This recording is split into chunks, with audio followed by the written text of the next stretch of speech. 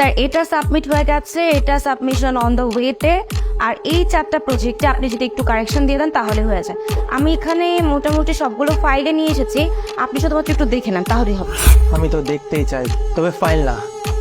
তোমাকে সুন্দরী ফাইল রাখো, অফিসের কাজ তো পরেও করা যাবে। বলছিলাম কি, তোমার তো ডিভোর্স হয়ে গেছে তাই না? রাতে তো তুমি একাই থাকো। আমি তো বুঝি এই বয়সে মেয়েদের একা থাকতে অনেক কষ্ট হয়। তাই বলছিলাম কি সুন্দরী, একটা সুযোগ আমাকে দিয়ে দেখো না, আমি না খুব ভালো খেলতে পারি জানো তো।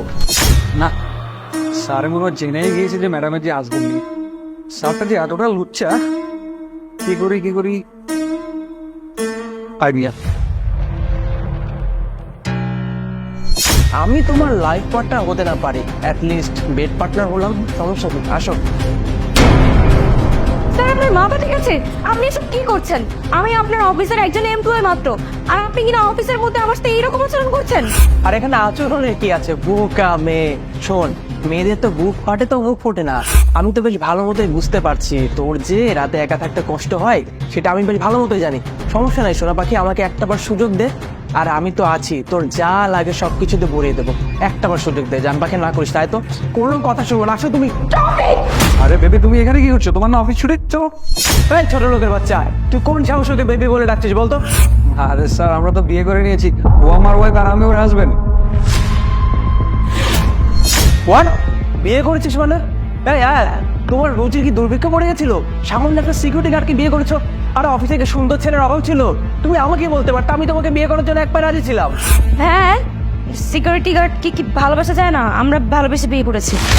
আরে বোকা মেয়ে, তুমি বুঝতে পারছো না, এসব কথা নাটক সিনেমাতে বানায়, রিয়েলিটিতে না। শোনো একটা কথা বলি, যখন সংসারে অভাব আসবে না, যখন টাকা পুড়ে যাবে, ভালোবাসা হুশ করে জানলে দৌড়াল মারবে, ঠিক আছে?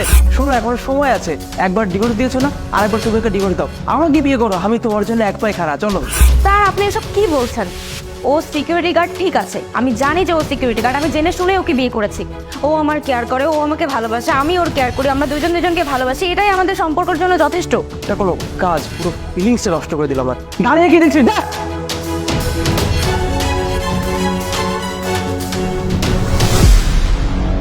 তোমার কি মাথা নষ্ট হয়ে গেছে?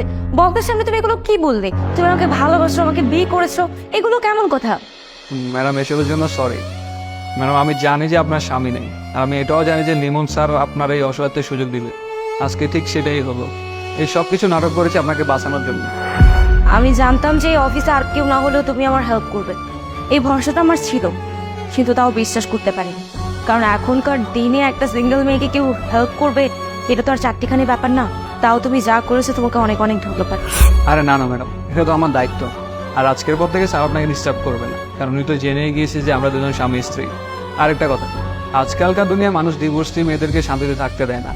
আর এখন এই কাহিনীটার পর থেকে আমার বিয়ে হবে কিনা আমিও শিওর না, আমাকেও একা থাকতে হবে।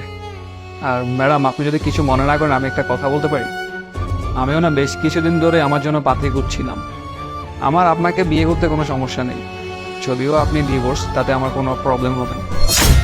সত্যি? এতে তোমার কোনো সমস্যা নেই? জি ম্যাডাম, আমার কোনো সমস্যা নেই।